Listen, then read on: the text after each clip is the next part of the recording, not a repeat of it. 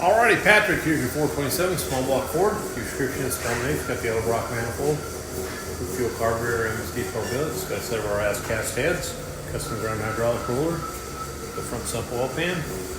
Born to make a run. See if she does. Stay tuned.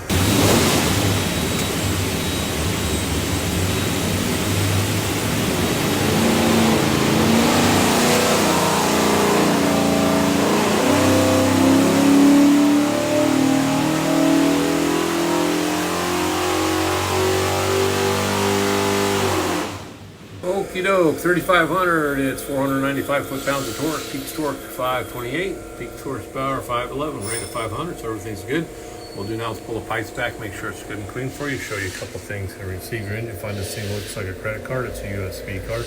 It is full of technical information. In the engine crate will be this engine spec sheet. It'll have some stuff on it. Highly recommend reading it. Have a great day.